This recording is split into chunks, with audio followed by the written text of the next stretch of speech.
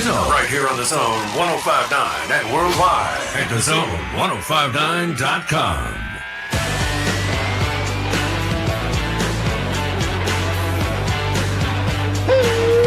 Boy, let's go. Yes, sir. It's a Tuesday in the Bureau, in the Farm Bureau Insurance Studio. Farm Bureau, go! With the home team. They are your home team at Farm Bureau Insurance all across the great state of Mississippi. Welcome in. You can be a part of the show, and I hope you will be today. Feel free to comment on the live stream. Hey to you. If you're on YouTube or Facebook or Twitter there, type in a comment, hit submit. It pops up right here on the feed on the Murray West live thread. You need something threaded onto anything, like embroidered, go to Murray West right here in Mississippi. You can find them online at murraywest.com. Well, look, here we are on a Tuesday. And just like yesterday, and the day before that, and the day before that, and the week before that, and the month before that, and the 6 months before that, and several years before that, Will Rogers still isn't the main issue with Mississippi State's offense. Here we are. And just like yesterday, one of the many things that this show could be used for today is a platform for anyone who would like to publicly apologize for their criticism of Will. Like I said yesterday, you could, earn a lot of respect. We're not going to chew you up and spit you out if you're broad-shouldered enough to say, hey, look, I was one of those that's very critical of him. And, as it turns out, we see that actually we need to get him back to have a chance. Okay, he gives us a chance. And I feel bad about being on the wrong side of that, and I will admit it, and I ask for forgiveness. And we'll be like, man, way to go. Pat on the back. Think more of you for it. So just, again, public service announcement. If you were someone who took it way too far and it turns out you were dead wrong in placing all of Mississippi State's offensive woes and blames on the shoulders of Will Rogers, then, again, this is a good place for you to publicly come out here and say you were wrong and own up to it, and we're actually going to respect you and think more of you for that. And here's the platform for you to do it. Of the many things that we can use this show for, that's one of them. And you can also be a part of the show by texting on the Country Pleasing text line. Number on the screen, by the way. If you're watching on Twitter, if you watch the live stream on on X, then the number's there. You could probably just text the show on the Country Pleasing text line, 885-3776.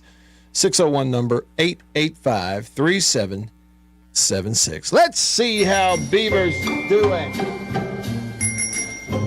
Hey, B. Hey, Matt Wyatt. How was your Monday yesterday? It looked busy on the show. It was indeed. I have not seen that many callers in a long time. Or in a while. Yeah. With any show that I'm associated with here. Any of the 17. Yeah. The 17.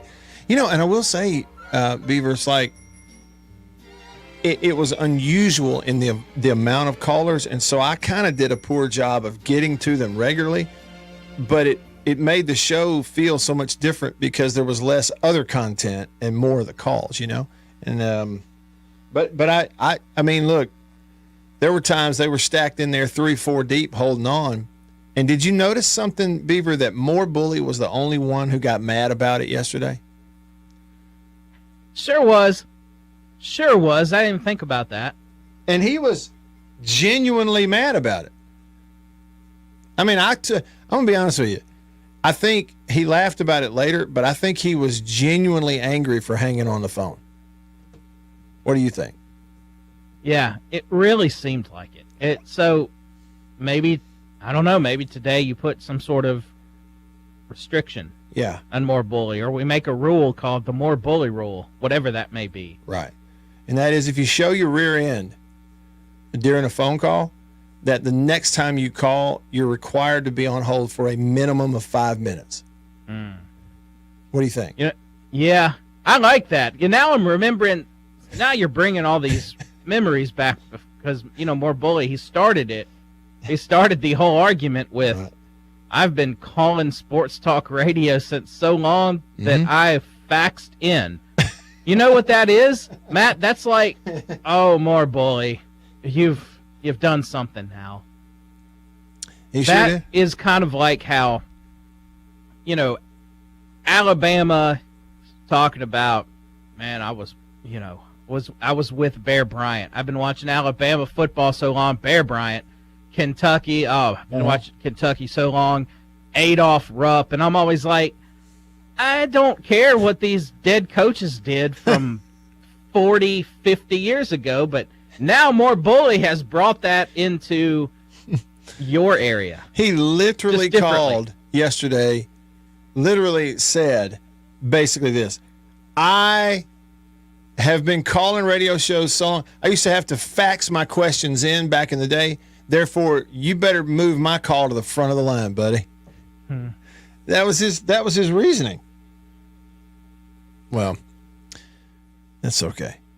I guess he gets a pass for this one, though, because he was kind enough to come and show up at the remote broadcast last week at Country Meat Packers on Highway 49 in Florence. He did come by there, and so he gets a pass on that. But, I mean, he was really mad at me yesterday. I hope he's over it today. We'll find out if he calls. Speaking of, you can call the show on the Davini Equipment phone line. Davini Equipment in Madison and in Jackson, your Kubota dealer. Number to call, 995-1059, 601 number, 995-1059. Now, y'all, listen, I've got texts. We're coming to them, and y'all are already in here on the Murray West live thread. I'm coming to them, David, Danny, Jimmy, Sven, Chris, Terry, others. On the text line, Patches, Jason, Stephen, Humphreys County. Listen, coming to it. But I didn't plan on doing this. Okay, but it came out of my mouth a minute ago when I said it's Tuesday, and it's just yet another day in a long line of many days that Will Rogers is not the primary, issue with State's offense, not scoring points earlier in the year. In spite of what a lot of people said and ranted about and went on and on about and tried to make you believe, and frankly, some of y'all tried to make others believe it. Now, this is the point that I'm making. I'm going to make the point. It's one thing to be wrong. We've all been wrong. I certainly have. Okay, it's one thing to be wrong. But listen, there comes a time when, if we take things to a certain level or we take them over into a certain yard, okay, or if you find out that you're wrong, we all have to own up to it. Maybe the right thing to do is to own up to it. Now, I'm not saying that, I'm not saying that you ought to be forced to do it. I'm just saying you ought to consider, because there's very little difference as far as I'm concerned in, let's say, fans, especially ones who, we have a moniker, or what do you call it, a screen name on like a fan site, and it's not really your name, it's just something you go by. Could be, on a radio show, and there's nothing wrong with that, but especially if we're going to go by that, so we don't really even know who it is, okay, but we're going to get out here publicly and just take out we're just going to just lambast Will Rogers for the offense not scoring points. And he's a problem. And he doesn't have arm strength. Okay, and he doesn't want to take a hit. And all this, it's all Will. Because, listen, you know who you are. And there was plenty of that going on. Okay, and now you are 3 weeks into seeing that ain't the only problem.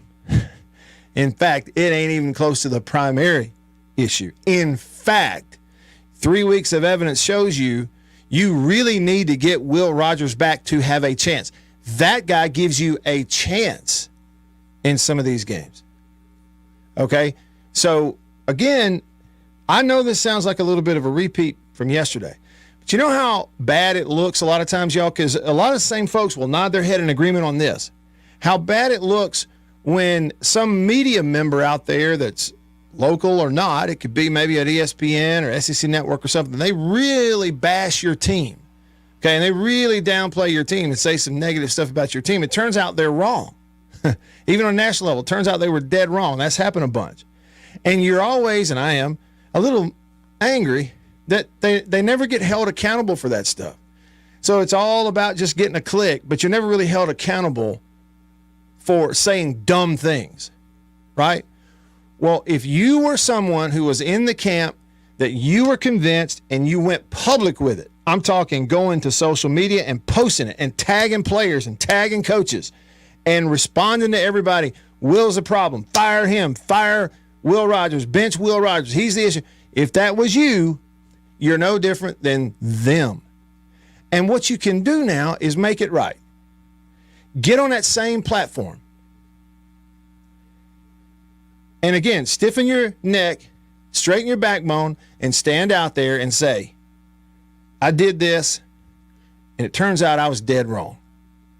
And flame away if you need to. But I'm at least going to step forward and own up to it. I was wrong, and I shouldn't have said that because it turns out I was dead wrong. That's all. I'm looking for one or two who will do that. Kind of like looking for one or two coaches, administrators, who will step forward in front of a microphone and say the truth. Hey, it's not NIL. You can call it NIL. It's a convenient little acronym, NIL. We know it's pay for play. It ain't got nothing to do with people's names, images, or likenesses, and it's got very little to do with marketing about 99% of the time. It's pay for play. We got to pay them to play. We got to pay them to stay once we get them here. That's what it is. To his credit, as far as I know, Lane Kiffin is the only coach who stepped out there and just called it what it is. And I think sometimes dealing with it for what it is helps you to deal with it better. They're dealing with it pretty well over there, it looks like to me. Just own up to the idea and be public with it. We got to pay them to play. Why? I'm looking for more coaches who will do that. More administrators. Call it what it is. Deal with it as such. So in the same vein, where are the Will Rogers haters now? Where are you?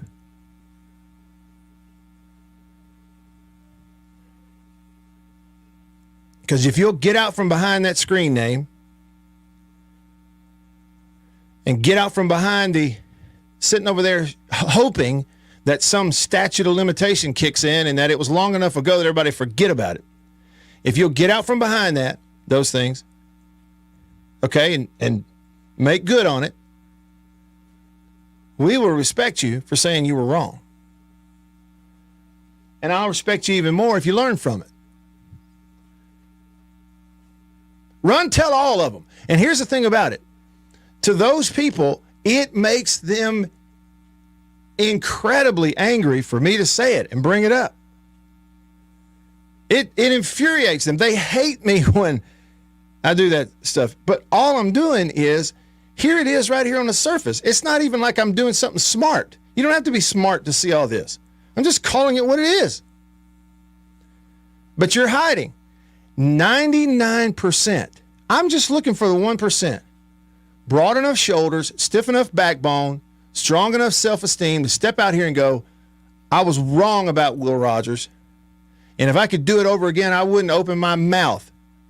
Because he ain't the problem. And that's obvious now.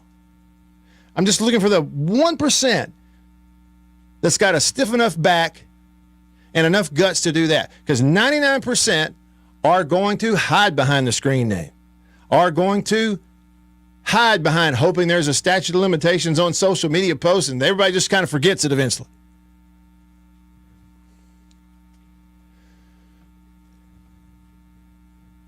All right. First up on the Murray West live thread, go to murraywest.com, contract embroidery company right here in Mississippi. David, he's on YouTube, gave us a hail state and a hello. Danny is in Ringgold, Georgia, where it's 78 degrees this afternoon. It's going to be like 85 degrees, 86 degrees today and tomorrow around here. Jimmy said that he only caught the last 15 minutes last night, but thanks for the live stream. He said maybe you should do one of those every week. Yeah, that was fun. It was around 8:15 we got started, and it went for about an hour. And I got a text, Jimmy, probably about the time you were tuning in, from Annabeth, and it said, "You look tired. Maybe it's time for you to quit." Wrap it up. And she was right. I was starting to wind down because it was past my bedtime. Sven in Berlin, Germany, it is 35 degrees and raining over there right now. Well, we got sunshine and heat back here at home, Sven. Thanks for tuning in. Chris comments on Facebook, says, if the offense looks like this in November, what did it look like over the summer? Well, and, you know, some of their progress and growth, whatever they could have, you know, progressed through this year, has really been stunted by injuries to the two main skill players, and that's Will and Woody, and really maybe even especially Woody. Jimmy says, is Beaver implementing a less is more bully rule? Now that is a clever play on words, and we love more bully around here. Okay, yeah. If you ever meet him, how could you not love him? Really, we're just having fun at his expense. That's all it is. Redacted says, hey, Matt, you may have covered this, but do you think there will be a coaching change at the end of the year? You know, I don't know how I can answer that without knowing how the next 3 games are going to go.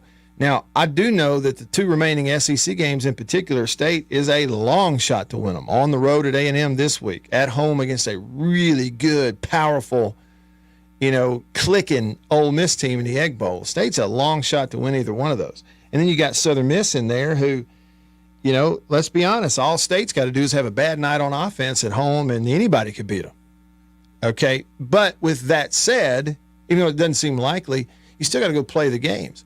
If you pull off some upsets here in the last 3 games and all of a sudden something clicks, then it's a totally different conversation at the end of the year than it may be right now. I just don't know how anybody can answer that definitively. I don't know. And I'm not an AD, and I'm not going up there and rubbing shoulders with people who are donors or whatever that may be helping make those decisions. I'm just not in those circles. I'm not making those phone calls. So from my perspective, my opinion on it, I got to see what happens in the games.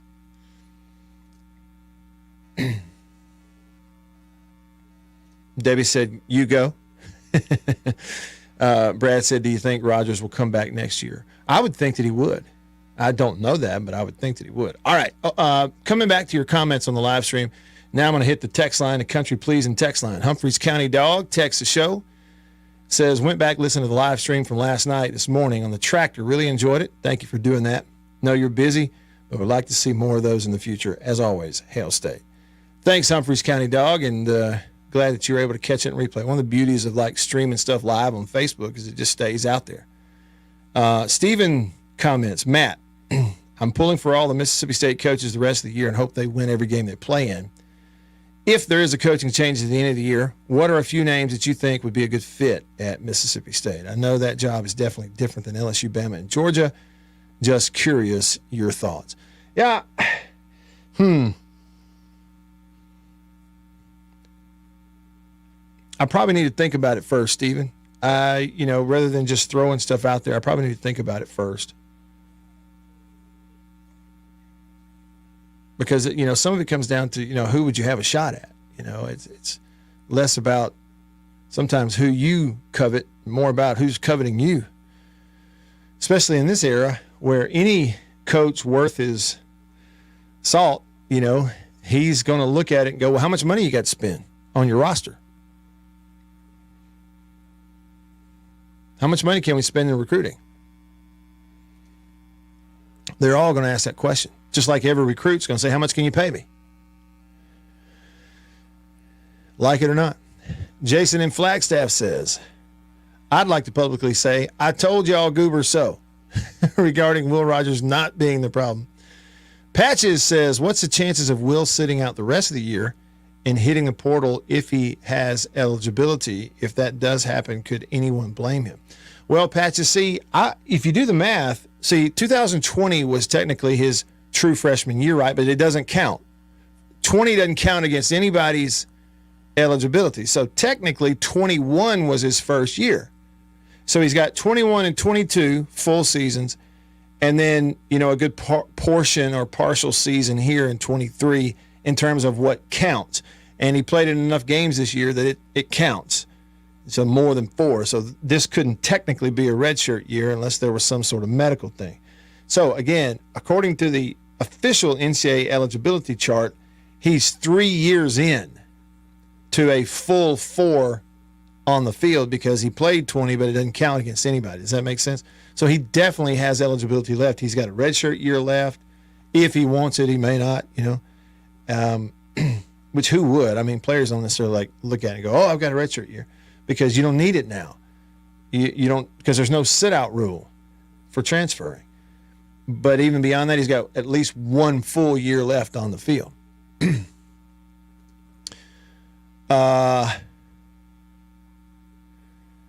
Denzel texts the show, says, so my daughter is going to play the part of Lucy from A Charlie Brown Christmas in her school's Christmas float. There you go. Man, I'm a huge fan of Charles Schultz and all the Charlie Brown Peanuts cartoons. And just Charles Schultz, he fascinates me. If you've never studied up on him, that guy, I mean, just a prodigy. Coming up with all those ideas and then putting it down on paper. He says the first thing that he asked, this is Denzel, was not who was playing Charlie Brown, but who was playing Schroeder. The reason being is that's who Lucy has a secret crush on. Turns out it's being played by one of her best friends. He goes, now back to the actual topics on the show. Well, congrats to you, Denzel, and little Lucy in the Christmas float. Take a picture, send it to us. All right, rolling along with you here on a Tuesday. Lots of comments to get to. That's coming up next when we come back right after this in the Bureau. Stick around.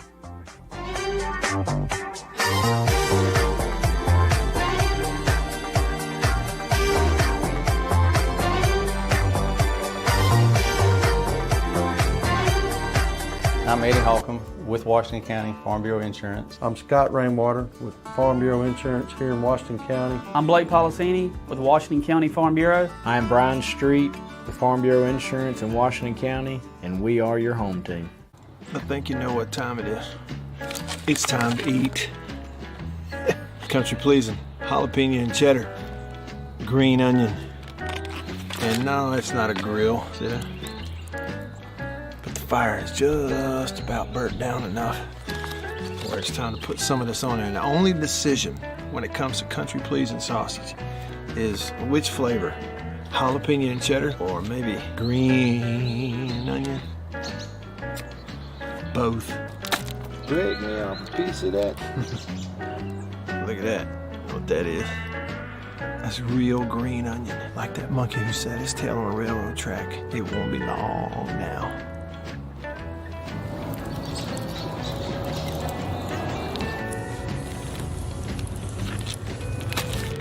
Country Pleasing sausage, these flavors, and many, many others.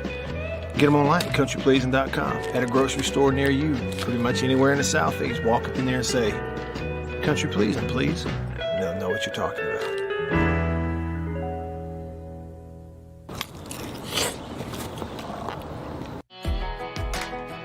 Grew up on a family farm out past Leland, just born and raised here in the Mississippi Delta. Never really thought about moving out. You know, it's where my roots are. Our family's a big sports family. It was 4 boys and 1 girl, and all 4 of us boys went and played ball at Delta Community College. My dad, he's always been honestly a role model of mine. He's farmed his whole life. We attend St. James Catholic Church in Leland, where we went to church my whole life, and then now continuing my family, me and my wife and my 3 kids.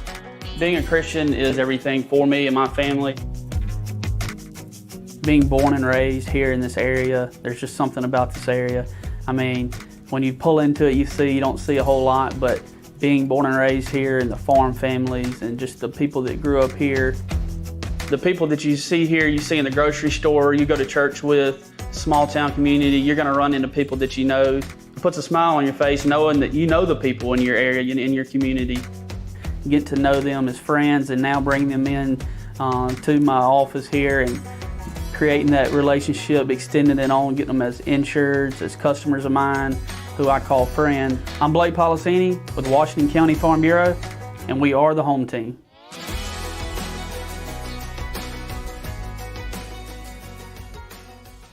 Y'all have heard me talk about Murray West and murraywest.com. They made the hat that I'm wearing. Got the Natchez Trace logo on it. I've told you a little bit about what they are. Contract embroidery company here in Mississippi. Started back in 1996, family owned. They do a phenomenal job, and I got to go visit their place up in New Albany. Let me show you a little bit about it.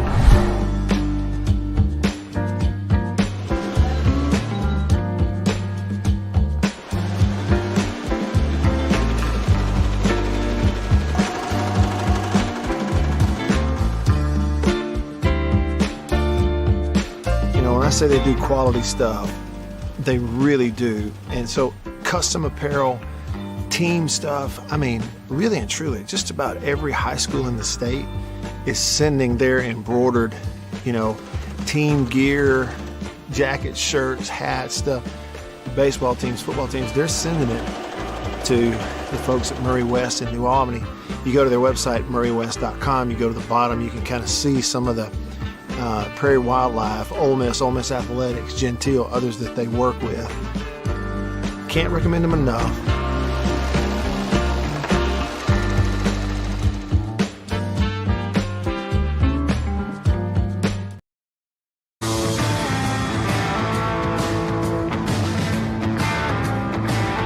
All right, back with you. I'm Matt. In the Bureau, the Farm Bureau Insurance Studio. Over to the text line, the Country Pleasing text line. Number to text, by the way, 885-3776. 601 number, 885-3776. Or another way to remember is 885-ESPN. Text away or call me. You can call me. We had a show full of phone calls yesterday. That was a lot of fun. And Beaver had to work his fanny off. As fast as he could go, he's hitting buttons and lining them up. Line 1, line 2, line 3, line 4. But feel free to call today. We get to hear your voice that way on the Davini phone, 995-1059. More Bully texts us. He said, I'm not listening, but I hear I'm part of the show. More Bully, wherever you are, you're always a part of the show. We're just here for you. It doesn't matter, More Bully, if we wink, wink, wink, wink. If we have 3 or 4 phone calls that's been waiting for half an hour, if you call, you're going right to the front. Wink, wink, wink. Nick texts the show. He says, going away from an offense that a team has been running for 3 years to something totally different was the problem, not will. You'd think they would have learned that with the Moorhead debacle. Now, Nick, yeah, look, and that also is sort of a repeat of yesterday. But it's okay. I mean, it's a major story, and it is a part of it. And you and I both admit when we talk about it here on the show that, we get to look at stuff in hindsight, which is really easy. When you're in the fray, making those decisions on the fly with the clock ticking down on recruiting and other stuff, it's a lot harder, right? And I get it. And the other thing, too, is, I don't know what those conversations were like behind the scenes about previous staff, and were they all willing to stay or not, or some, and then 1 or 2 wanted to go, 1 or 2 was willing to stay. Like, how do you piece that together?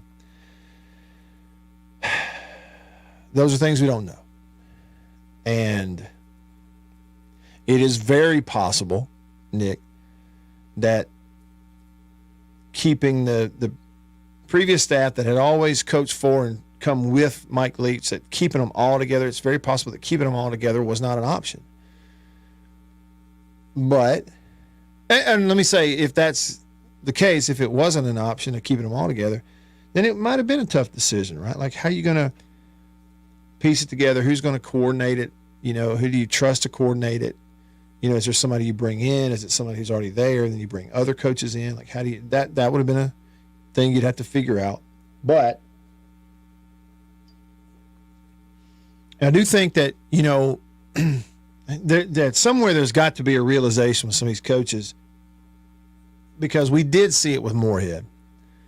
And I think we did see it again this year, where you're not really in an era nowadays where you can take a long-term approach. There isn't the patience isn't going to be there. You know, there's more money involved in it than ever.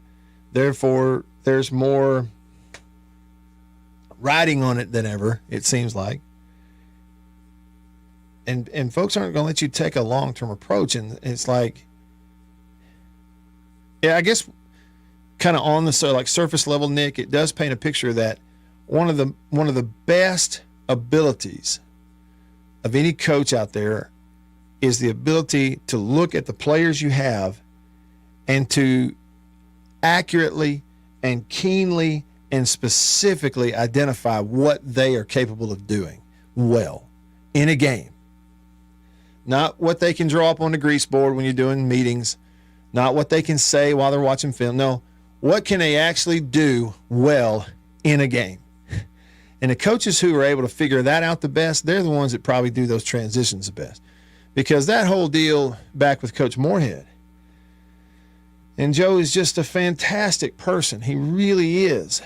But it was such a mistake to come in there with that offense with Nick Fitzgerald and Grease and had been doing the things it was doing, and maybe to not just roll with that and make this, instead of having a slow install and build of a new offense, maybe just have a slow transition over a couple of years to a new offense. But get back out there and to me, it would be easier for coaches to adjust to terminology and new terminology than it would be players, right? And so this is sort of like that, you know, to a degree. I don't know. And it is true. Nobody was going to come in there and coach the offense the way Mike Leach did and call the offense the same way Mike Leach did. And I don't think anybody would expect that. Here I go. I got to get going. David and Brandon text the show. He says, I got a little backwards logic for you. Was hoping your thoughts. As an Ole Miss guy, I want to lose to Georgia, and I tell you why. He says, I believe that if by some miracle we were to beat Georgia, we would still be left out of the college football playoff if we finish 11-1. We will still be left out, and not sure I could handle that. Well, I don't understand that, though. You're just saying, David, because of the record, you wouldn't be able to handle it. But, I mean, if you beat Georgia and your only loss is to Alabama, I get what you're saying, because still, right, by beating, if you were to beat Georgia, it still doesn't necessarily put you in the driver's seat to get to Atlanta. It just puts you one step closer, and then you're going to be – then all Ole Miss fans would have to be huge, like Hugh Freeze fans in the Iron Bowl, right? Root for Hugh Freeze or whoever it is they play next. I guess rooting for Kentucky this weekend. That's an interesting way to look at it. Hey, and look, Ole Miss went to Alabama, didn't play well, got beat. They've got that experience behind them. Alabama's really good, obviously. But Ole Miss is capable of getting hot on offense and challenging Georgia. They're capable of it. I'm not saying they will, but they are capable of that. Let's see. Hill Dog texts the show. He said, hey, Matt, it's called Repent, the changing of one's mind. Go Dogs and go Will Rogers. Real C texts the show, and he says, I was wrong about Will. Kid deserves all the kudos. Chris Collins, a.k.a. Real C. There he is.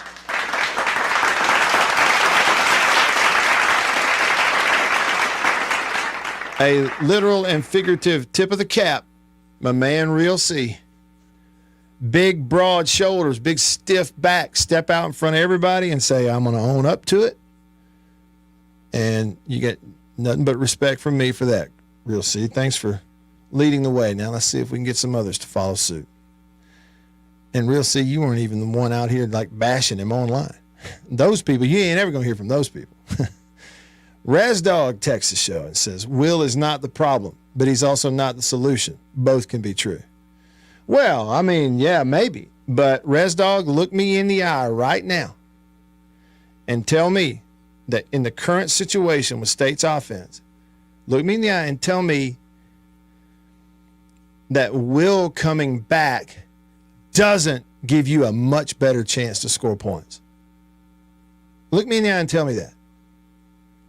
Res Dog, are you telling me that right now, this offense, this group of players, this team in 2023, are you telling me that if you get Will back, he doesn't automatically improve the team's chances of scoring points?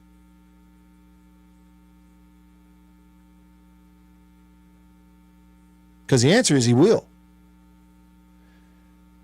You say he's not the solution. Well, he may not be the solution to getting you to Atlanta. Maybe not. But I'll tell you this. He's the health of his body and getting him in the lineup either this week or next or the week after that is the immediate answer to having a better chance of scoring more points than you currently have now without him.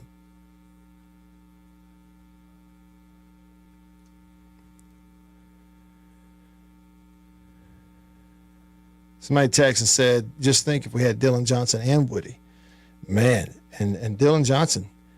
Tell you, that's one thing Coach Leach was wrong about, and he was wrong about Dylan Johnson when they caught him saying that he didn't think he was all that tough. Well, he's tough enough at Washington right now.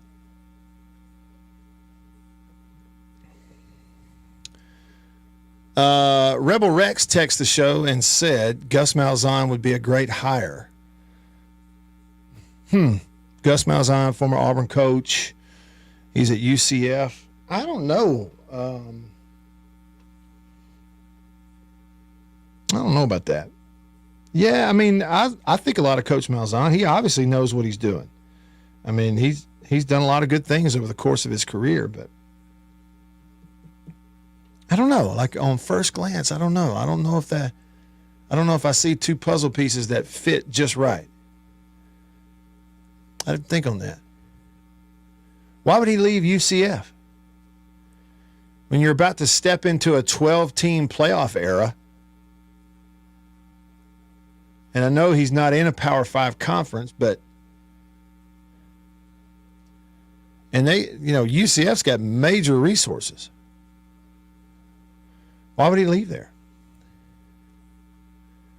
Delta Dog texted the show and said, what would be the perfect coach for State?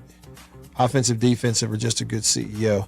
Well, I mean, look, I'm a little biased towards offense. I mean, I am, but I also know that the very absolute, provable in any way, including statistically, fact of the matter is that defense is what wins championships. It does. So I actually would fall on the CEO part. I mean, you got to have a head coach nowadays that's running a really tight ship that everybody's accountable to. You got a really sharp operation and a guy who gets attention. There it is. That's right, wrong, or indifferent, but that's kind of where it is. You got to have a guy who gets eyeballs and is comfortable doing so. All right, rolling along. In the Bureau, the Farm Bureau Insurance Studio. Stick around.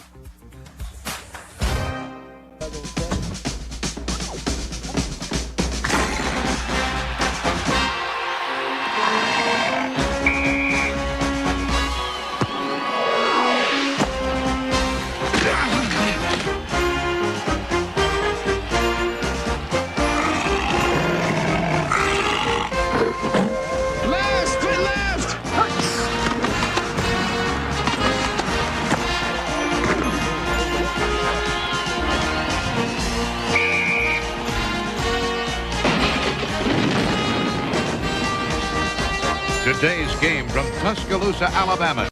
Time was their breakfasts were gloomy. They just didn't feel right, and they didn't know a delicious cereal could help their sad plight. So they tried this and tried that, but irregularity kept coming back all the same. For as often the case, lack of bulk in their diet was actually to blame. Once at the grocer's, the wife was so drooping and sagging that a neighbor said, "Get on Kellogg's All-Bran wagon. Why, All-Bran has a flavor that's scrumptious to eat. So rich and nut-like, makes breakfast a treat. And of course, Kellogg's All-Bran can help you each day to youthful regularity, the dietary way." "Well, it might do some good," said the wife with a sigh. "Guess I'll get some All-Bran and give it a try." Soon, breakfasts at her house were happy and bright, for delicious Kellogg's All-Bran set their day off right. Yes, All-Bran supplies all the bulk in your diet, you see, that you may need for youthful regularity. And no half-brand cereal possibly can provide this help as surely as Kellogg's All-Bran. A delicious, non-habit-forming aid to your diet. You're sure to like All-Bran. Just buy it and try it. Get on the Kellogg's All-Bran wagon with the best bran in the land. The cereal that tastes grand, the cereal that's all bran, a breakfast treat that can't be beat. Be a regular guy and climb aboard the All-Bran wagon. Eat Kellogg's All-Bran.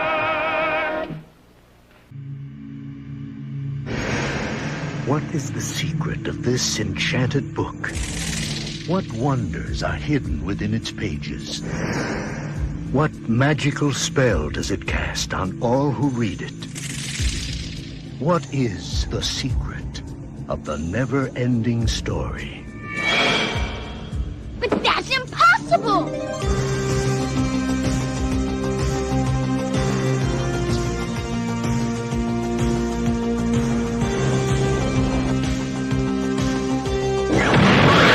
You will enter a world where a young boy's imagination becomes a vivid reality. The world of Atreyu and Artax, the Rockbiter, and a good and kind gnome. A world that is vast and eternal,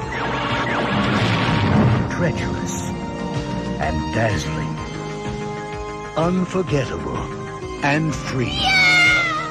For anyone who's ever made a wish, believed in a fantasy, or had a dream, this is the never-ending story.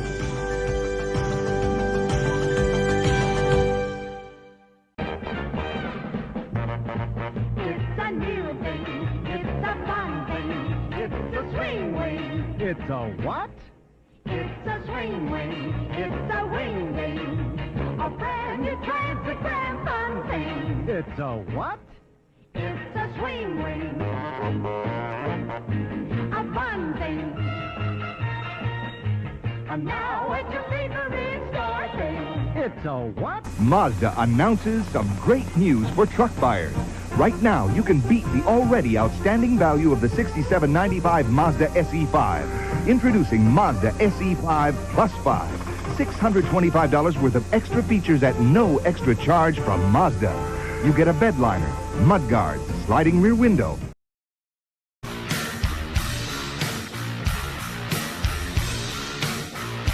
Back with you. Rolling along here on this Tuesday. It almost feels like a Monday, but that's fine. We had fun on Monday. We can have fun again here on Tuesday. Let's see what we have on the Murray West live thread. You need something threaded onto a shirt or a hat or custom apparel, whatever it is. Contract embroidery company right here in Mississippi. So whether it's, you know, your business, your team, your church, your company, whatever it is, you need something embroidered on a shirt, hat, anything else, go there. Look, they're right here in Mississippi. They do stuff all over the place. Just about every high school in the whole state is sending them their gear. It all gets embroidered right there, and you can have your stuff done there too. Great people. Check them out online at murraywest.com. That's MURRY West.com. murraywest.com. Larry says on Facebook, he says, want to know who wanted Will not to play. Is 95% of the ones who wanted Mike gone as a coach. Okay. Talking about Mike Leach. So Larry's saying that a lot of the same people that didn't want Will playing are the same people that didn't want Mike Leach as their coach. He says, how many called for Mike's job and said he was an embarrassment to the university? Not till after his death and others bragging on how smart he was did they begin to understand what they really had. That's from Larry on the Murray West live thread. Joseph says, Rodgers has never been the problem. I just wish he would create opportunities instead of just dropping when he is under pressure. Joseph, yeah, I mean, you know, it's like go tell those chickens to make you some sausage. Like, chickens don't do that. Chickens lay eggs. Pigs become the sausage. You want a fast guy, put one in there. But you get to a certain level of football where you better be really fast. I'm talking special fast. for it to make a huge difference. I'm talking like Milroe fast, and Jaden Daniels fast, to go along with some other stuff. And they're not just fast. And you get, it's kind of like almost like, people say that there's 3 levels of football. They say there's the NFL and there's college football, and somewhere in between is the SEC. Okay, well, it's like you in the NFL, it's like that guy who called in here that time we were talking about Matt Corral. And we were giving him his props, and he had every opportunity, and certainly big arm, and he got a shot, and injuries kind of messed him up and those different things. But the guy called in because I made a statement that Matt Corral was not someone whose running ability in college translated to the NFL. It was a non-factor in terms of evaluating him as an NFL player. Well, this Ole Miss fan called in and yelled at me and told me I was stupid, told me I was crazy. Well, I knew what I was talking about in that regard, just because I've paid attention to it over the years, and I've heard a lot of those conversations too. I've had friends who, for a living, I still do, they evaluate talent for NFL teams. You talk to those people, like you want your speed at quarterback to make a difference in the NFL. You're talking Michael Vick and Lamar Jackson. Anybody else, forget it. I mean, Andrew Luck ran a 4.5 40. I mean, Cam Newton, right? You go run 4.5, you may be talking about it, but you're still not Lamar Jackson. You're still not Michael Vick. And it's not a – and so my point is this. You talk about – everybody goes, well, Will would take a sack. Well, Will wasn't fast. Okay. So you got a fast guy in there. How many in SEC play, how many big, long runs has a fast guy broke? You got a whole lot better chance of making yards even if a slow guy can throw it for a 25-yard completion than hoping a fast guy can run for 25. Because if you're going to run for 25, you better be Jaden Daniels fast. I'm talking about faster than everybody. You better be Jalen Milroe fast. Fastest guy on the field. And because of the nature of the position, even he gets sacked sometimes. So, I mean, like, what are we talking about? To me, it's just a basic sort of understanding. Well, I wish I had Michael Vick at quarterback. Yeah, I do too. I wish I had Randall Cunningham at quarterback. Everybody does. Tell us something we don't know. We just named 2 guys in the history of NFL football that are really fast. I wish you could create. Well, I do too, but I can wish in one hand and in the other.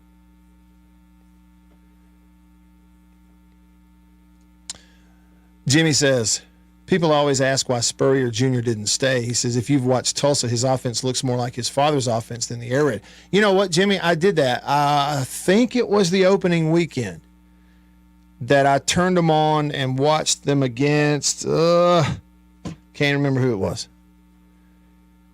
But they had double tight ends, under center, zone read, RPO. It was non-air raid offense that he's running out there at Tulsa that I saw. And I can say it was like the first game. And their starter struggled, and they made a quick quarterback change. And whoever the backup was for him in that game came in and revved him up and really got him going. But you're right. He went in there, and it was almost like he went to Tulsa and just said, okay, who are our players? We got tight ends. We're going to use them. Steve Spurrier Jr. went straight to Tulsa. He didn't go up there saying, I'm going to run the air raid because I coached for Mike Leach. He went straight up there and said, okay, we got 5 tight ends. We ran the ball last year. We got a fast quarterback. Hey, that's what we're going to run. We're going to run something that fits the people we have. That's what he did. And look, it's first year. Everybody struggles and goes up and down, but he's coaching to the players that he has up there. It's like Mason Miller goes and is the offensive coordinator at Tarleton State out in Texas, who, by the way, they have a ton of resources at Tarleton State. I don't know if y'all realize that. And they are dead set on moving up the ladder and being D1 and stuff. And they'll be there. They'll be like Liberty and James Madison, some of these schools. They're going to do it eventually. But, he goes out there and they're running the heck out of the ball. Just run. A little bit of both. I mean, they throw it pretty well too. So, everybody's different. It is. And there's no guarantees on that stuff. But it is a good point. Let's do one more there, and then I'm going to jump over to the text line here. Sissy said, okay, stupid question. Suppose he didn't keep Arnett. We brought in a new staff. Would that new head coach have not installed his own offense? Would we State fans be nicer to the new coach, or would we be beating him up like Arnett? Yeah, you're talking about, okay, so let's say if we go back and they brought in a new guy. Yeah. No, I think it's a good point. If they had hired someone from the outside who, like, brought in all new staff and everything, it's probably someone who's going to have their own ideas. They're going to come in and install something. But, now we're back to sort of an expectation deal, right, Sissy? Because a lot of people, whether we were told it or not, a lot of people were under the impression that part of the deal, you hire an Arnett for the purpose of continuity and some of those things. And then, you got a big change out of it. And unfortunately, too, like, that's the more glaring thing, is that the defense kind of took a step back also. Here we go. I got time. Here we go. Because I made a mistake earlier, and y'all are reminding me of this, and I'm going to get to these texts now. Jason in Flagstaff said, a whole lot of people made an absolute living getting attention on social media or otherwise by trashing Will Rogers the last few years. We'll just pretend they never said it, they will just pretend they never said it and or twist stuff where it looks like they were right if you close one eye. That's a good way to put it. Aquatic Waves text the show, says, do you think we'll make a decision quickly after the Egg Bowl? Early signing day, it seems like they may want to make a decision quickly as far as keeping Arnett. Also, don't you think they have to put out some feelers prior to see interested parties? What I would say, Aquatic Waves, is the quote-unquote putting out feelers, I think that is much more of an ongoing process all the time for every AD, whether their coach is winning or not, more than we ever realize. The keeping a list and connections with agents and talking to agents, they're in a world that I think that stuff's going on. Even at schools that have got solid coaches and they're winning, their ADs are still getting lists ready. Because you just never know. They're monitoring it, talking about it. I don't think it's anything new to say somebody's putting out feelers. I think they're always putting out feelers, constantly. Maybe not directly to a coach, but to his agents. They're spending time together.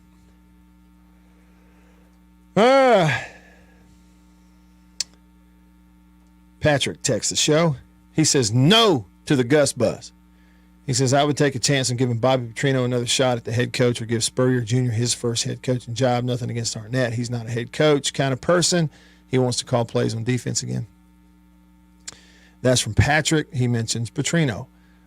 Okay, here we go. Real unnamed texter said UCF is now in the Big 12, and that is right. I think I said they weren't in the Power 5, but they are. And am I right? So the new playoff deal, when it goes to 12 teams, is like one of the automatics is conference champions of these Power 5. Like, you're the Big 12 champion, you're in. And without Texas and Oklahoma, like, unless they change that, I'm just telling you, UCF can win the Big 12. Oklahoma and Texas going to the SEC. UCF, they're actually going to be sitting in a pretty good spot in that conference. All right, look, that went by quick. Man, this is fun. All the texts, all the comments, y'all are the best. Really appreciate you. And we'll do it again in hour 2 right after this here in the Bureau, the Farm Bureau Insurance Studio. Farm Bureau, go with the home team. Stick around.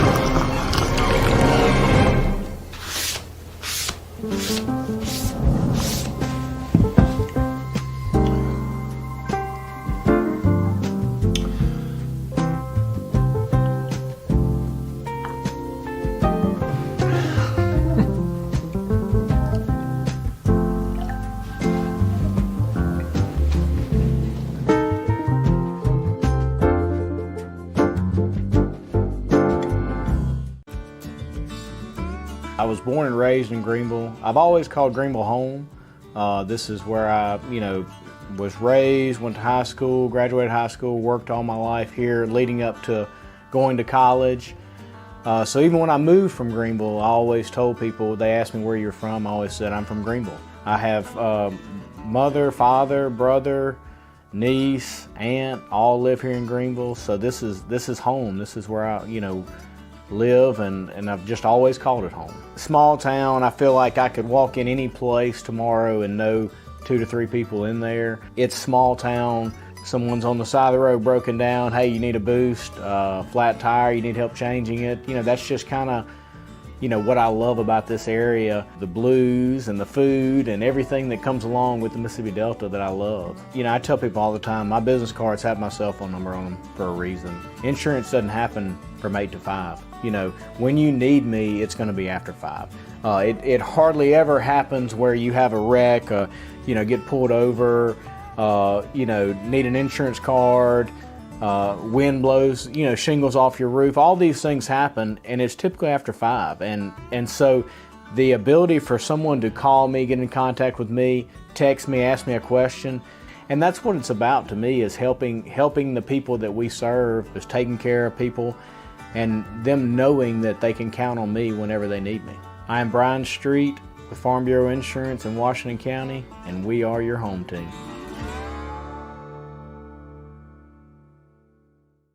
Y'all heard me talk about Murray West and MurrayWest.com. They made the hat that I'm wearing. Got the Natchez Trace logo on it. I've told you a little bit about what they are. Contract embroidery company here in Mississippi. Started back in 1996, family owned. They do a phenomenal job, and I got to go visit their place up in New Albany. Let me show you a little bit about it.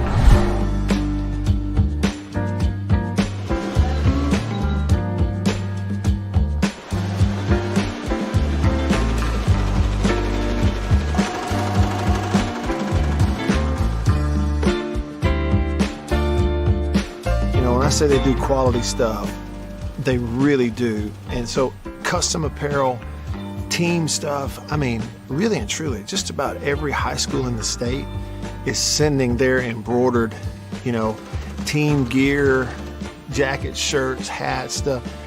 Baseball teams, football teams, they're sending it to the folks at Murray West in New Albany. You go to their website, MurrayWest.com, you go to the bottom, you can kind of see some of the Prairie Wildlife, Ole Miss Athletics, Gentile, others that they work with. Can't recommend them enough.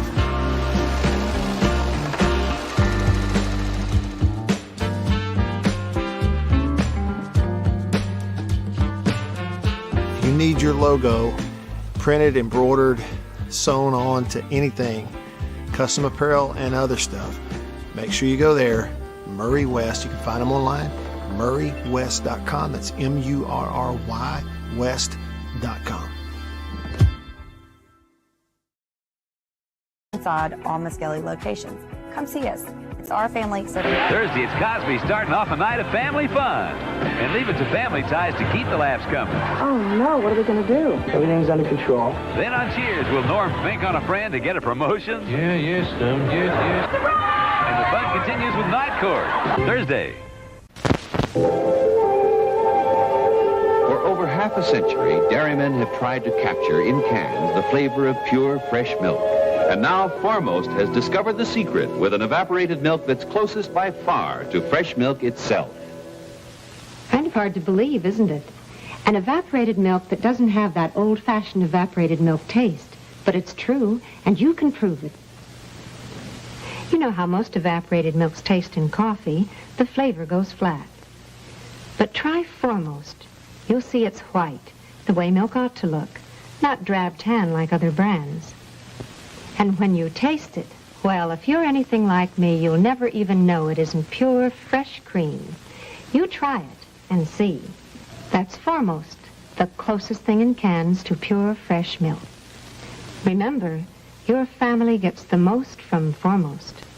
Coca-Cola, come on, girl, gotta share a Coke with you. Let the feeling through. You wanna live a little bit more. That's what the taste of Coke is for.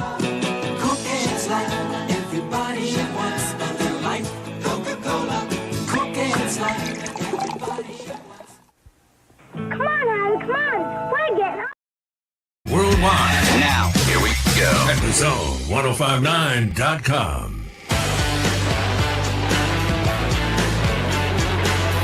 Back with you, I'm Matt. In the Bureau, the Farm Bureau Insurance Studio, Farm Bureau, go! With the home team. They are your home team at Farm Bureau Insurance. I've got comments, texts. The comments, by the way, are the comments on the Murray West live thread here on the live stream. Hey to y'all on Facebook, YouTube, Twitter.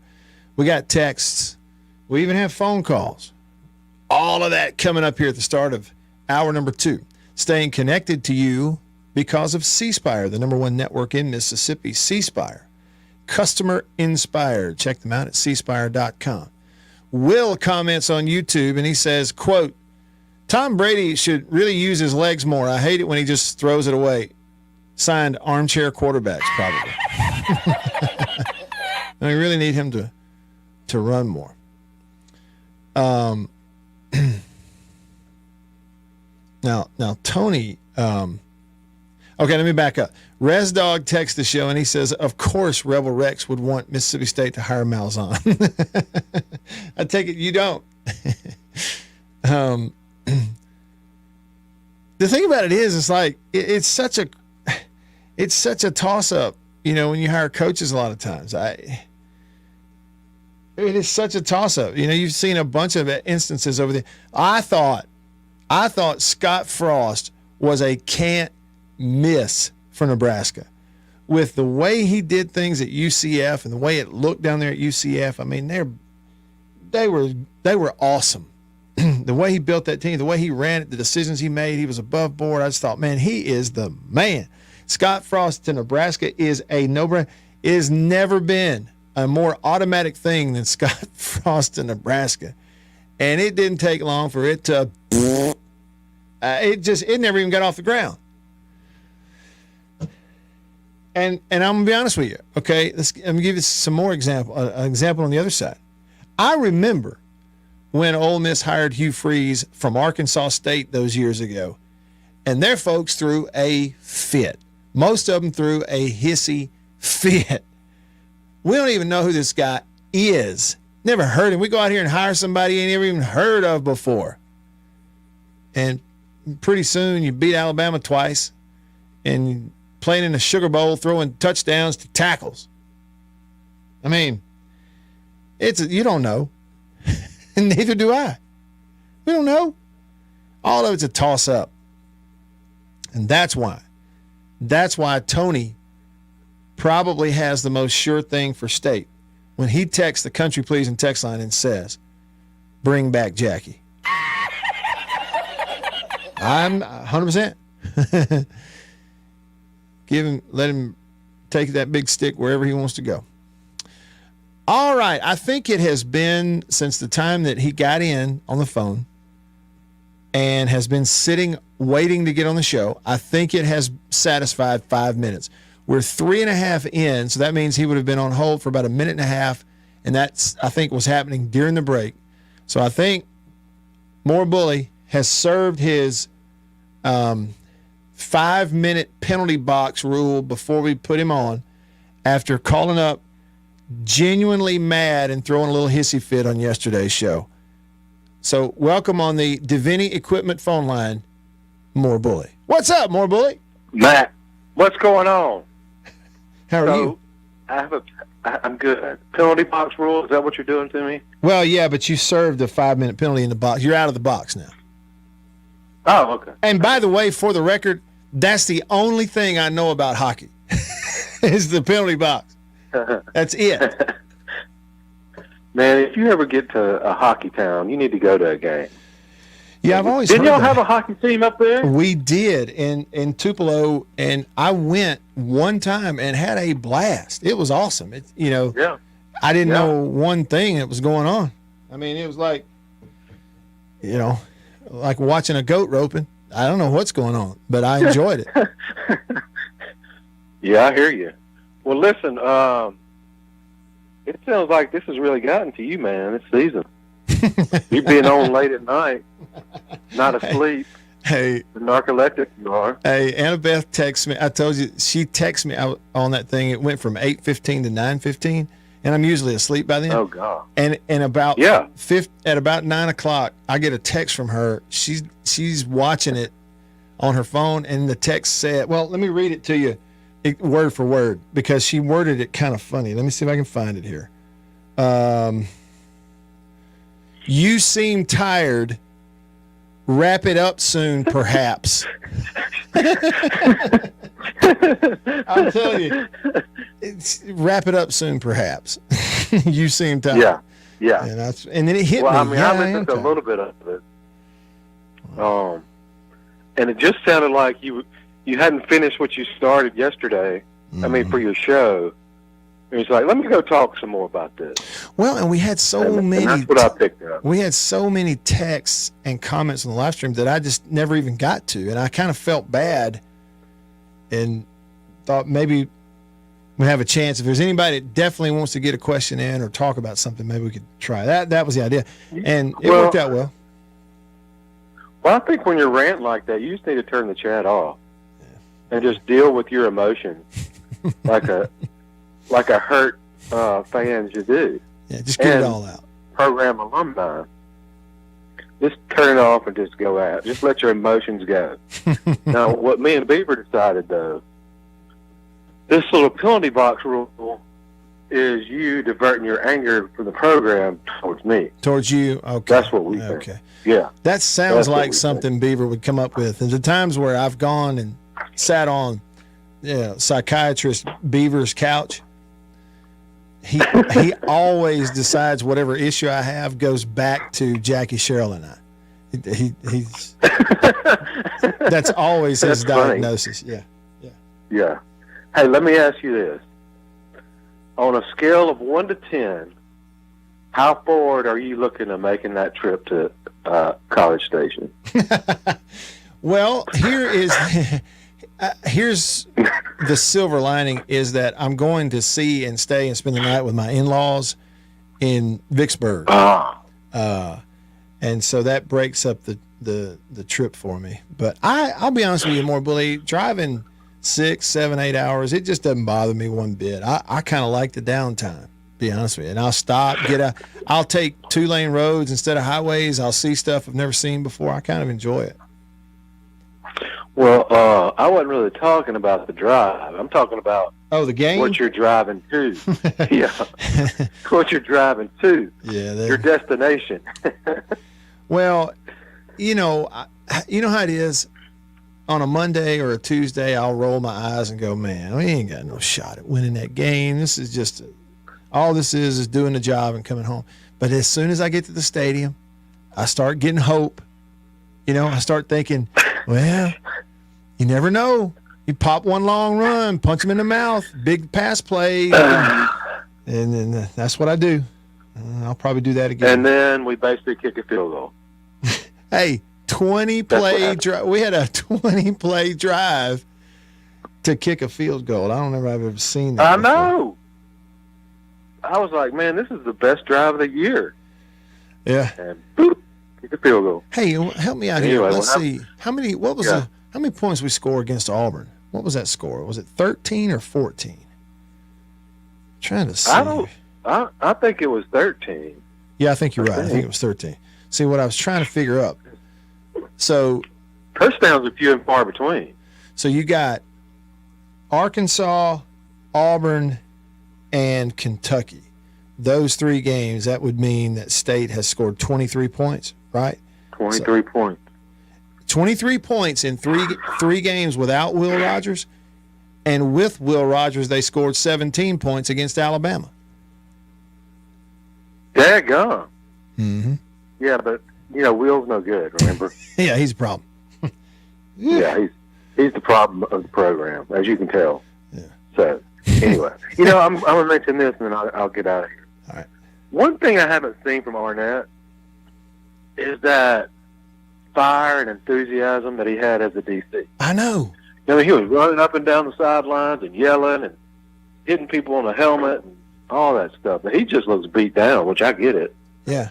But he just looks like a different coach to me. I have heard other people say that, and I don't get to watch it on TV, so I can't really see him. You know what I mean? we're there. Yeah. It looks different to me.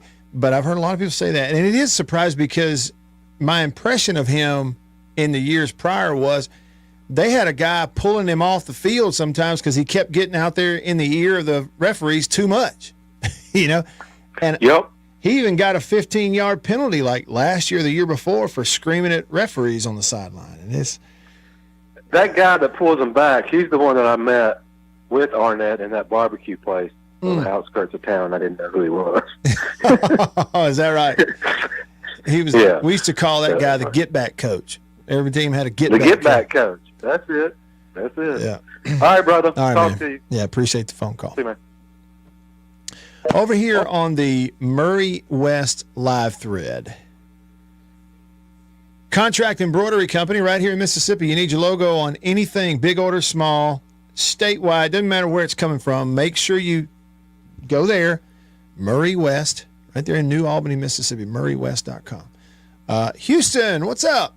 Man, Houston went viral a couple of weeks ago because he went to the Cowboys game, and after the game he was talking to Dak, and Dak took pictures with him, gave him a big hug, and it's just a really cool thing. That's the kind of guy Dak is.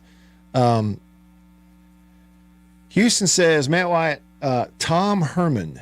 He mentions Tom Herman, and so that would be the former Houston coach, former Texas coach. Right? Yeah. Is he coaching somewhere now? Is he coaching anywhere now? I don't know. Just being honest with you, I never did like some of the stuff that Tom Herman did. I remember he was coaching a game against he was at Houston, and they were playing either like A&M or LSU or somebody. And everything was bubbling up about him, up for a new job. And it was this huge game. Houston was having like a historic season. And it was this huge game. And I felt like his agent intentionally, leading up to that game and in the hours leading up to it, was out here leaking stuff to media, trying to get it to bubble up, to make it into this big drama, to basically help them in leveraging him a new job. And, I'm talking pregame. Here goes the Houston players out here for like this game of a lifetime, and all the focus is on Tom Herman because he and his agent put it out there in the media on purpose. And I just didn't like that. You could tell it was a very intentional thing. And I just thought that was not fair to the team he was coaching. And then the thing, when he was at Texas, you remember they were playing Missouri in a bowl game. Drew Lock was the quarterback from Missouri, and Drew Lock had this celebration thing where they threw a touchdown, he'd look at his sideline and do like this right here, like he was putting on a shoulder pads or armor or something.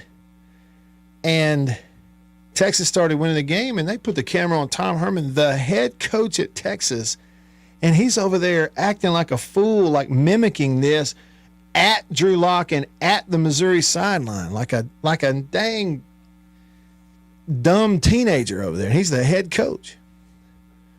So, look, we've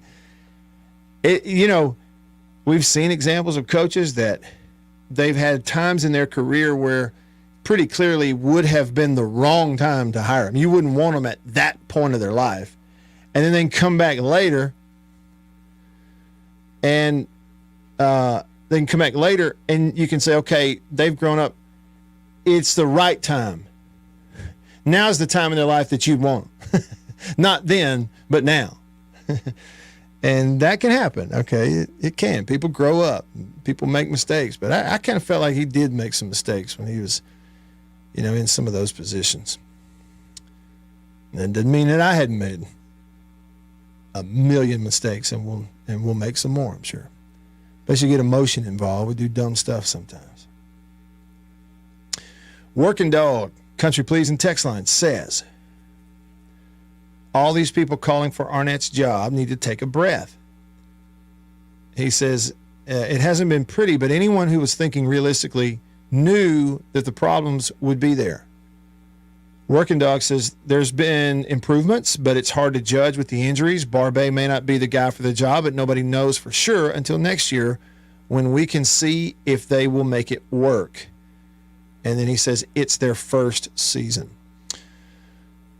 Yeah, that's true. And, offensively, they have been hampered by those two injuries, those two major pieces, and Woody and Will. And Woody is, it's a big deal. If you're going to run this style of offense, it's a huge deal for Woody not to be able to be in there. And I'm going to tell you, this is just me being honest as I can be with you right now, but it feels like that I have felt like throughout the year, especially early, that offensively, where they were lacking the most was in their offensive line play, the consistency in their run blocking and that sort of thing. Like that was what really was their biggest issue early in the year, was the lack of consistency on the offensive line and what they were doing. Run game, pass game, everything. And I think they have gotten a little better. But like on an offense, if you got consistency issues up front, you're not doing anything well. All right, over to the phone line, Davini Equipment phone on line 1, Thibodeau. Thibodeau, you just barely missed the gift certificate yesterday to Country Please, and I'm sorry it didn't work out. Well, I figured I barely missed it because I hit send about a second and a half after you finished speaking. And it was quick. Yeah, but hate you missed it. So I've never been much for calling in on Reaction Mondays because it's just too much traffic and too much emotion. So I think if I were to have called yesterday, there's something I would say to all the people trying to figure out if we need a fresh start or not.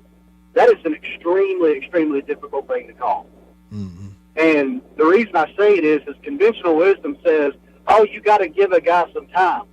Well, with pay to play, pay to stay, and transfer portal, nobody has any time. That's right. Yeah. This could go south really, really quick and really, really bad if the right decisions aren't made. And what I mean is you lose some recruits and then half your team leaves because you're not winning ball games and it's not fun.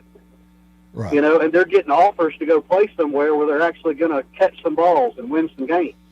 So it's a tough thing to think about because of the nature of the game right now. But I'll say this about Zach Arnett's demeanor. When he mistakenly dropped the F-bomb in the post-game interview on the field after the Arizona game, he ain't been the same guy since. I think he's been overly trying to correct himself and watch himself so much that it's causing him to not be himself. Now, I'm not saying that using the F word all the time is himself. I just think it slipped. He made the mistake, and now he's overcorrecting so much that he's not being the same guy he always was. Yeah. I had that conversation with a good friend of mine about a week or two ago, and that was his take, was like, well, when you see him in an interview now, it's almost like he fumbles over his words a little bit because I think he's just trying to be really careful. Sure. And that may be bleeding over to the sidelines and, that kind of stuff too. And, but. Yeah. Now, Tom Herman, when Houston brought him up a minute ago, wasn't that the weirdo that was making his players pee in front of everybody? And if they had too much color in their pee, he called them bad teammates because they weren't staying hydrated? Well, I don't know that story. That's now that deal, every team, evaluates that, but it's not like for the hydration stuff, it's not like a drug test. The players have to evaluate themselves. Like, I'll be honest with you, Thibodeau, if you go to the SEAL football complex at State and go into any of the bathrooms, there's a chart on the wall above every urinal and above every commode that is the color chart, and a player has to judge it. And if it's a certain hue, it means you got to drink more water. I'm just saying, but it's not like in front of anyone. I've heard of that. Yeah. No, I've heard of that, but there was some crap floating around whenever he had just taken the Texas job about him like making the players pee in front of like basically a small audience. Really? How about that? Of players and coaches, and if the color wasn't right, he would just lay it out. Really? I didn't know that. No, that's wild. But even if that's not true, Tom Herman's a weirdo. Okay. All right. Got it. Know where you stand. And thanks, Thibodeau. Appreciate the call. Yeah, I hadn't thought about that. That is true. And in not all, but in most locker rooms, teams and locker rooms, just practice fields, it's like coaches' offices and team facility culture it's just constant profanity all the time. And that's not everyone, but when I say most, it's about 95% of them. And I hate to put it out there, but it's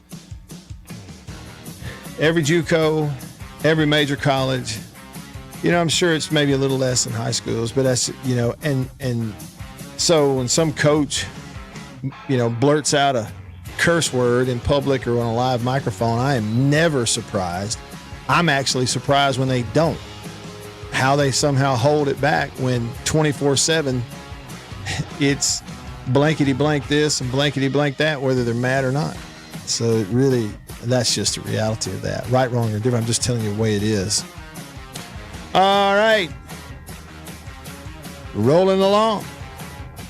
Hour 2 in the Farm Bureau Insurance Studio. More text, calls, comments coming up. Stick around. Jerry, was I'm that a Eddie bird? Holcomb with Washington County Farm Bureau Insurance. I'm Scott Rainwater with Farm Bureau Insurance here in Washington County. I'm Blake Policini with Washington County Farm Bureau. I'm Brian Street with Farm Bureau Insurance in Washington County, and we are your home team. Y'all have heard me talk about Murray West and MurrayWest.com. They made the hat that I'm wearing. Got the Natchez Trace logo on it. I've told you a little bit about what they are. Contract embroidery company here in Mississippi. Started back in 1996, family owned. They do a phenomenal job, and I got to go visit their place up in New Albany. Let me show you a little bit about it.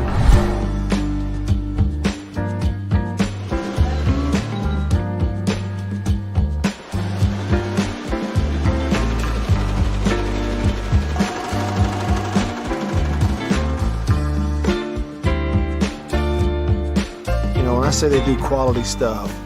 They really do. And so custom apparel, team stuff, really and truly, just about every high school in the state is sending their embroidered, team gear, jackets, shirts, hats, stuff.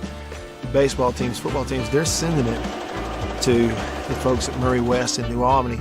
You go to their website, MurrayWest.com, you go to the bottom, you can kind of see some of the Prairie Wildlife, Ole Miss Athletics, Gentile, others that they work with. Can't recommend them enough.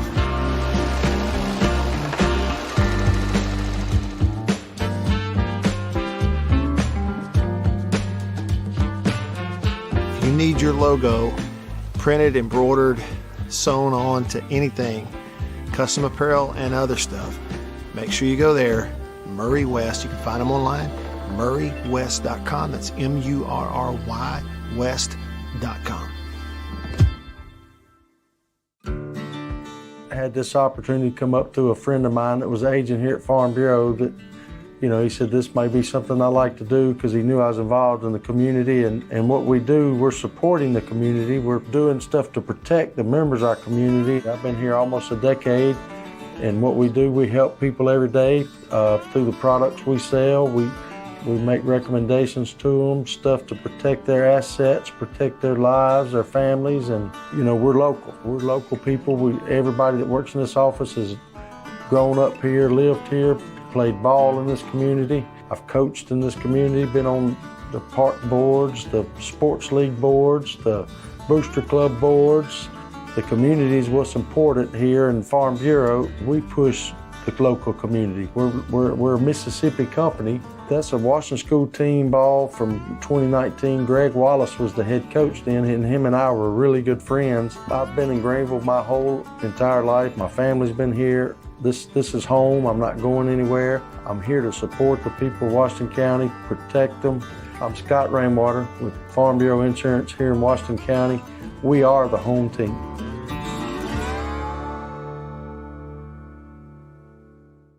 I think you know what time it is. It's time to eat. Country pleasing, jalapeno and cheddar, green onion.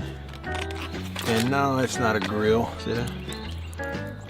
But the fire is just about burnt down enough where it's time to put some of this on there. And the only decision when it comes to country pleasing sausage is which flavor, jalapeno and cheddar or maybe green onion. Both. Break me off a piece of that. Look at that. You know what that is? That's real green onion. Like that monkey who set his tail on a railroad track. It won't be long now.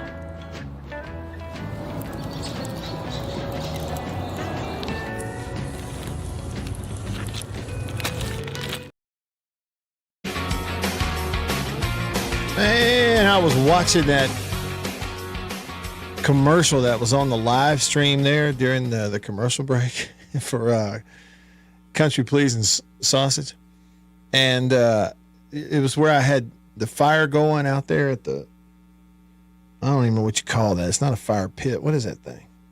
And it's not a grill either. It's just a big thing you build a fire in. And threw some sausage over, and it was cooking, and the light bulb went off. Oh yeah, that's what I'm gonna do this evening. That's what I'm going to do. And I've got different flavors. I tell you what I have is some of that jalapeno and pineapple sausage. And I've been eating on that. You got to cook that a little differently. Like because of the pineapple and with just a little bit of extra acidity in that flavor, that pineapple jalapeno. You don't want to cook it too hot, and you certainly don't want to cook it too hot directly on a surface, like in a pan or something, because it will cook a little faster than, some of the others. You'll burn it if you're not careful. But if you cook it just right, that'd be great. I think that's what I'll do. That's what I'll do. Tell you what I did. Some of the stuff I came home from Country Meat Packers with, I had some bacon-wrapped asparagus, and the little beef and bacon pinwheels, I cooked those and ate them myself. Now, I didn't eat them all at once. I did spread it out. Put some in the fridge and heated them back up later. Yes, sir. All right, over to the text line, the country pleasing text line. The aforementioned Mansplain texts the show and says a half dozen message board social media fans don't represent the fan base. And you're exactly right. Mansplain, you are exactly right. By the way, tip of the cap to you. Congrats on the win yesterday for the Country Meat Packers gift certificate. But, yeah, no, you're right. He says a half dozen. And whether it's a half dozen, which would be 6, or whether it's 4 or 5 dozen or more who jump in on that stuff, they're very vocal and have been very vocal at times. But, and here's the reality too, Mansplain. I probably didn't do a good enough job of slipping this into the rant yesterday and today when it came to people who've been critical of Will. And now you can see. Now it's real clear. You can see who was wrong. But that is, on the inside of things, like in the facility and in the locker room and on the practice field and among the team, those guys get it. They protect each other. They get it. They're constantly training themselves to stay off social media and shut the outside world out and don't pay attention to it. And these people don't know. And they lock arms and protect each other in the locker room really well for the most part. I'm saying that's like everybody does. It's sort of the culture on teams. People get it. So a lot of times it's more or less like people on the outside like me and you just getting sick of seeing it. and like you say, even if it's a half dozen or more, whatever it is, no, they don't represent the fan base. But I sure do get sick of them.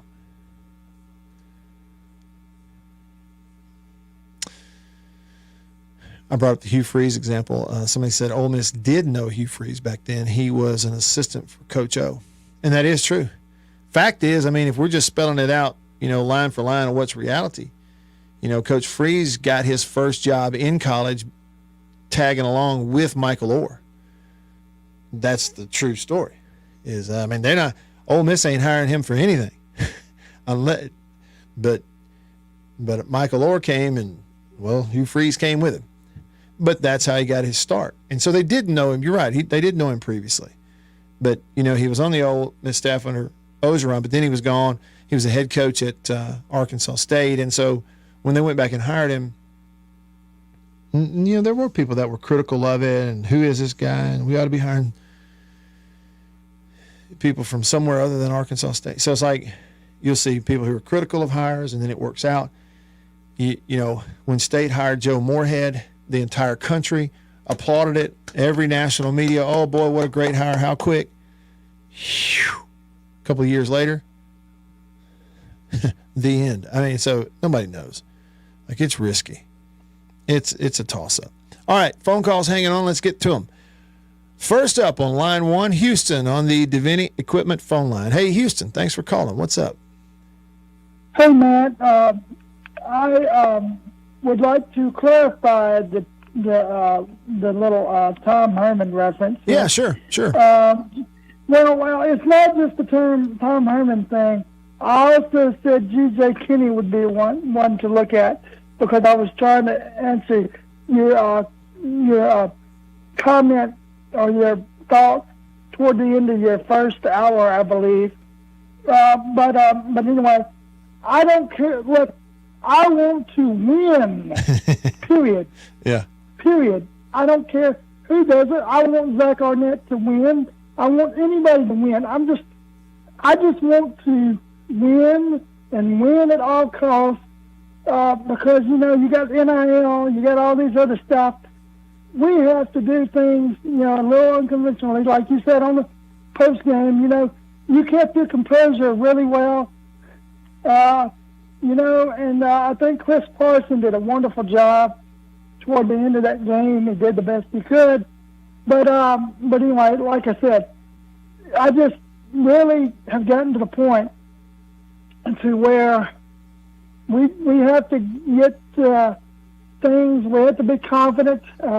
Sometimes I think coaches overthink things, and about the Dallas thing, like you said early in the show, I think that Dallas shouldn't have gone empty, the last few plays of that drive. That was driving me insane. Yeah, me too. Me too, Houston, because I'm thinking, again, Philadelphia's got the kind of defense that if you string together enough consecutive drop back throws, they're going to get to you eventually. And in that drive before they got stopped on the goal line, Dallas had 3 timeouts the whole drive. They had plenty of time on the clock. There was plenty of time to mix in a run here or there just to throw it at them, so that they had to be a little bit honest, and I agree with you. I just felt like they it was almost like they were a little overconfident that they were just going to throw it right down the field and score, And yeah. But anyway, I really appreciate your time. And again, it's, I want to, like I said, I just want to win badly. Yeah, no, I'm with you. Hey, Houston, thanks for the call. Appreciate it. Good to hear your voice. Call me anytime. Yeah, like I say, y'all can look. Houston, he went viral last week. He and Dak, he went to the Dallas game, and Dak came over there taking pictures together, and it was just a really cool thing. And not a bigger fan out there than Houston. All right, over to line 2, Rooster hanging on. What's up, Rooster? How are you today? Hey, guys. I Googled it. YouTube says, according to Arnett, that Will is working out. He's practicing. Yep. What about Woody? Yeah, I don't know. I assume that he is. So that means that both of them could be available for A&M. Yeah, again, whether or not they play this weekend, I don't know. I'll be like everybody else, show up and see if they're out there. It almost feels like, those last two are home games. If you're the coach, Rooster, what would you do? Would you err on the side of caution to see if you could make sure they play against Southern Miss and Ole Miss, or would you? Because I know how the players are. Like Woody, for instance, if Woody can hop on one leg, he demands to be in the ball game, but that may not be the best thing for him. I guess it's just a doctor's decision. Are you kidding me? Well, I think the quote from, I think it's a Claire Ledger article that Will said it played with a broken arm. And I saw Archie play with a broken arm against Southern Mississippi. What I'm trying to say is you're a 19-point underdog to A&M. You play everybody. You try to win that game. What a headline. You upset A&M at Kyle Field with 109,000 people looking. Play everybody. Yeah, I sure would play. I would risk injury, whatever, to Will and whomever. I try to win that game at all costs and win Southern Mississippi and win Ole Miss. That's 7 wins. And what an opportunity. That's the deal. What an opportunity. Probably won't happen. He's a 19-point favorite for underdog for a reason. But yeah, I would risk Will Arnett. If Will wants to play, yes, I'm playing. Gotcha. And I'm not sure about Woody. Yeah. That would be debatable. But Will Rogers, yeah, I would play him. And I don't debatable meaning, risk of them being hurt. But Will Rogers, yeah. We need a quarterback. Yeah. Yeah, that's what I'm saying. But I don't know. It just said on the Google that they were practicing, so I assume, hey, that means that my pipeline to start line has come through, and I haven't been up there. I'm going, I guess, tomorrow. If that's what it says on the Google. Yeah, he said that they're practicing. That Will Arnett said, Zach Arnett said that Will Rogers was practicing.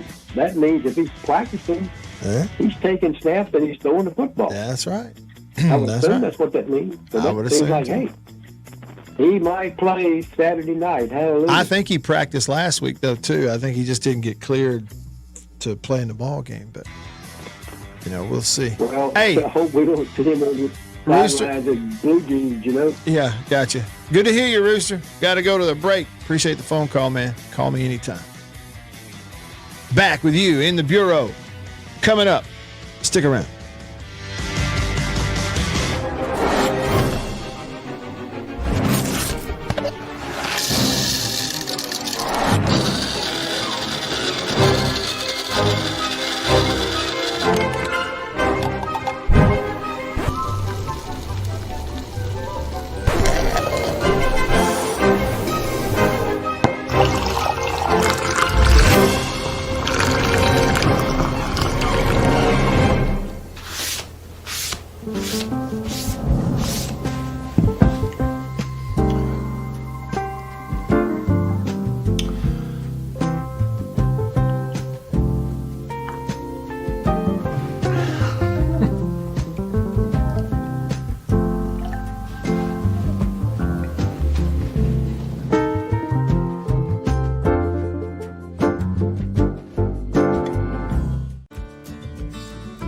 I was born and raised in Greenville. I've always called Greenville home.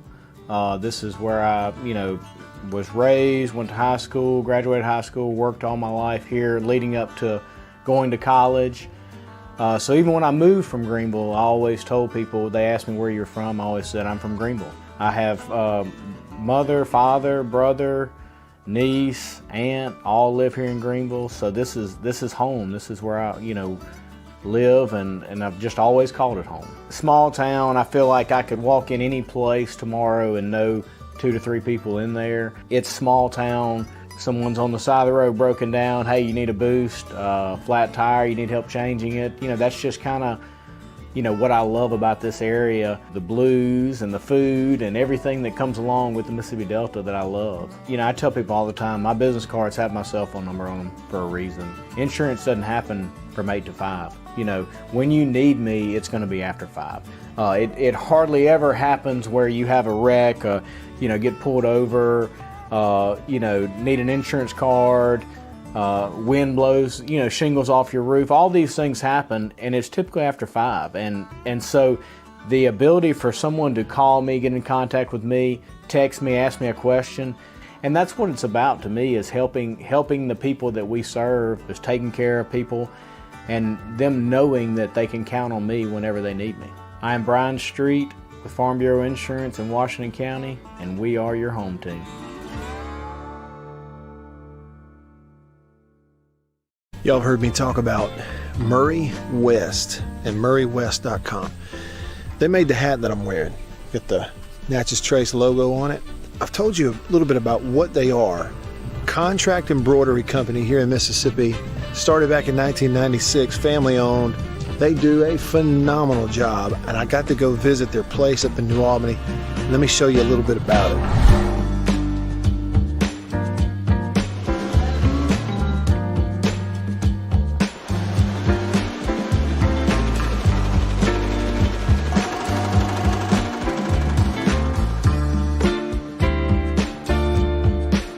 I say they do quality stuff. They really do. And so custom apparel, team stuff, really and truly, just about every high school in the state is sending their embroidered, team gear, jackets, shirts, hats, stuff. Baseball teams, football teams, they're sending it to the folks at Murray West in New Albany. You go to their website, MurrayWest.com, you go to the bottom, you can kind of see some of the Prairie Wildlife, Ole Miss Athletics, Gentile, others that they work with. Can't recommend them enough.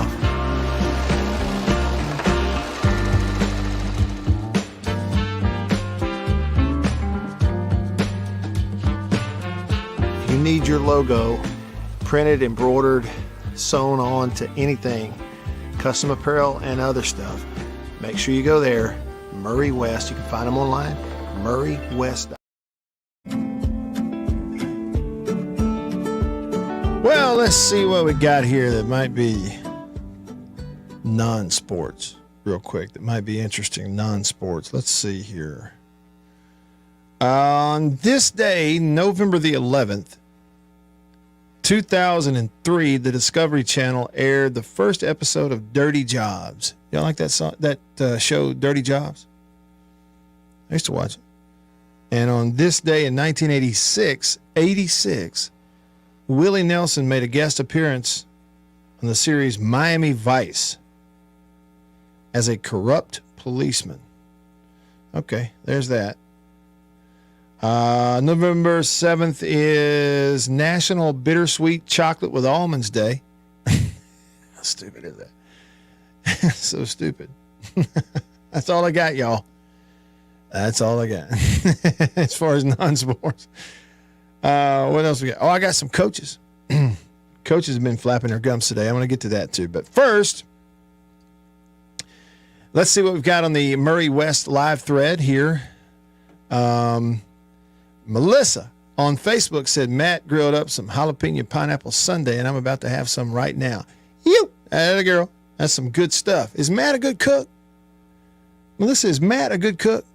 I would look at him and think he's a pretty good cook. He just has that look like a guy who knows his way around the grill. Let me know. If he is, invite me over. How about that? Roshana asks on the Murray West live thread on Facebook, says, Matt, do you like the upgrades to the hump? Well, I wasn't in there last night. I have not seen it, from the inside. Last time I saw it construction was still going on. So I can't really speak about it in first person. It looks good in the pictures and stuff I've seen. It didn't look like it really changed the look once you're in there and in your seat, like in the arena. It didn't really change the look of it that much. But new entrances look better, concourses and better concessions and stuff. That all looked to be pretty nice. Again, it's just pictures, so we'll see when I get in there. Okay, Melissa, she clarified. She said Matt's on the grill, but she rules the kitchen. There you go. All right. Makes sense. Sounds like it works for y'all. You know what you're doing. Jason out in Flagstaff, Arizona, he texted the show, said exactly, hiring and firing is crazy. He said,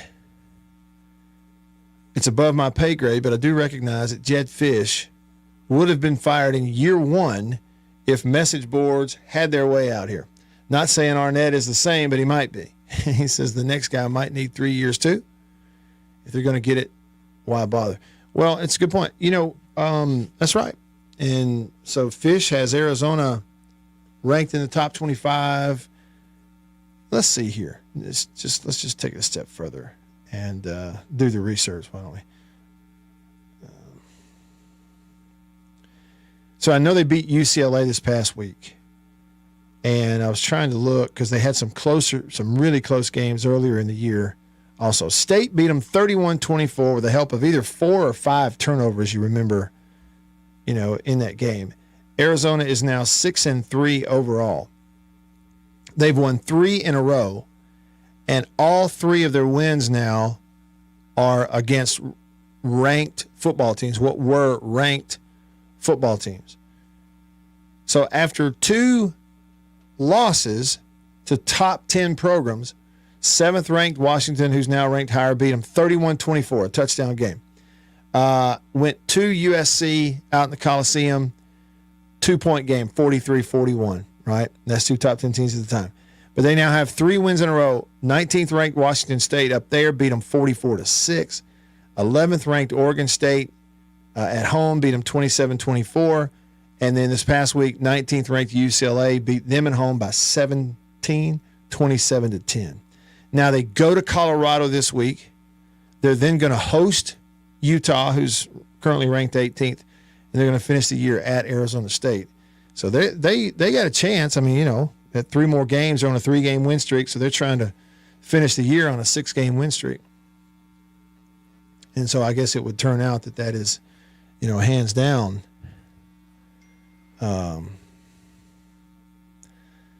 State's best win this year, Arizona. Hands down. And, when you look at it, last year, Arizona, they were turning it over. They've got a different quarterback playing right now, but they were pretty bad on defense, and they went out and just overhauled their defensive front 7 in the transfer portal. We went over that as State was getting ready to play them earlier this year, but we're talking, just in 1 year, added defensive linemen from Georgia, UCLA, Indiana, Washington, like a linebacker from Oregon, a linebacker from UCLA, and stuff like that. And all of a sudden, they just look totally different. Okay, over to the phone line. Jason out in Flagstaff, Arizona. What's up, Jason? Nothing much. I missed most of what you were talking about there because I was talking to Beaver, but that's a good point you bring up because I can guarantee you the people that want to fire Arnett right now would have fired Jed Fish in his first year. I can guarantee you that. Yeah. Which is why I called. If State and what's his name, Selman, if they have a reason to fire Arnett, then I'm on board with it. But I don't understand this logic of people wanting to fire Arnett to get in front of recruiting and NIL stuff. Because what are you going to do when the next guy comes in and he wins 3 games? Well, you going to fire him too? Yeah.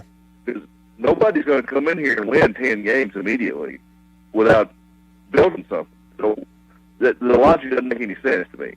And it's giving me a headache. I'll hang up and listen. It's giving him a headache.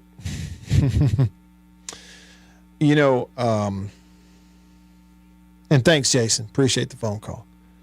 Always good to hear from you. We had another day, a bunch of phone calls on the Davini Equipment phone line, 995-1059. Davini Equipment, Highway 51 in Madison, Spring Ridge Road in Jackson, 2 locations here locally. Davini is the oldest Kubota dealer in the United States of America. That means they've been doing it better, longer than anyone else right here at home at Davini. So like you driving up and down Highway 51 up there at Gluckstadt, and you look over there and you see all those orange tractors. That's Davini. Whip in there. And it is true. Look, people who make decisions on those things, they have to consider all of it. And you said it, Jason. If there's an AD somewhere and they've got, good reason to make a change, just go on ahead and live with it. But don't expect it to just snap your fingers, make one change, snap your fingers, and everything becomes rosy again, right? It doesn't work that way. Hey, I just got a text from a buddy reminding me to remind you to go vote. Tuesday, November 7th, let's do our duty and get out there and vote. I'll be joining y'all a little bit later this afternoon. All right, back over to the phone line. We got time for one more on the Davini Equipment phone line. Brando on line 1. What's up, Brando? I tell you what, I didn't think you cussed, but you just said a cuss word right there, sir. I looked at my messages, and it's coming from Beaver, and so instead of saying Brando, I just said Beaver. You know how you... There's no excuse. I forgive you, though. I forgive you. Hey, real quick, so you can answer when I hang up. So if Lane, even if he doesn't beat Georgia or whatever, he's going to have a really good year, and I think people are going to be after him again, but I only think that he would choose to go to like a blue blood, and everybody's kind of taken up on coaches there, Michigan or Ohio State or Clemson. I don't think they're going to do anything with Dabo, but what do you think about if Napier goes, and I'll listen off the phone, but would Florida throw money at him? And also my second question is, as far as State's coach, who would you even consider? Because if you're in the Pac-12 or Big 12, you're not going to want to go, I don't think, for any amount of money. If you can be comfortable out there and you're coming into the SEC with Oklahoma and Texas coming in, and, I just figured they'd have to throw a lot of money. And I was just going to get your take on Lane and where he would possibly go, and then who you might would choose for State. And love the show. Y'all have a good week. Yeah, appreciate it, Brando. We were talking about that yesterday. I forget who it was. What was it? They said, what program was it that they mentioned in the same breath with Lane Kiffin? I can't even remember now. 24 hours seems like 24 days ago for whatever reason. But yeah, that's the thing. If you're at a place where you kind of got it going like he does, and they have resources, people are bought in and they got plenty of money piled up to spend on players and stuff, it's just not like it used to be, that just saying there's a bigger job out there with a few more dollars is the right move. I don't think people are looking at it that way anymore. I really don't. And like you said, State will have to go up and comer,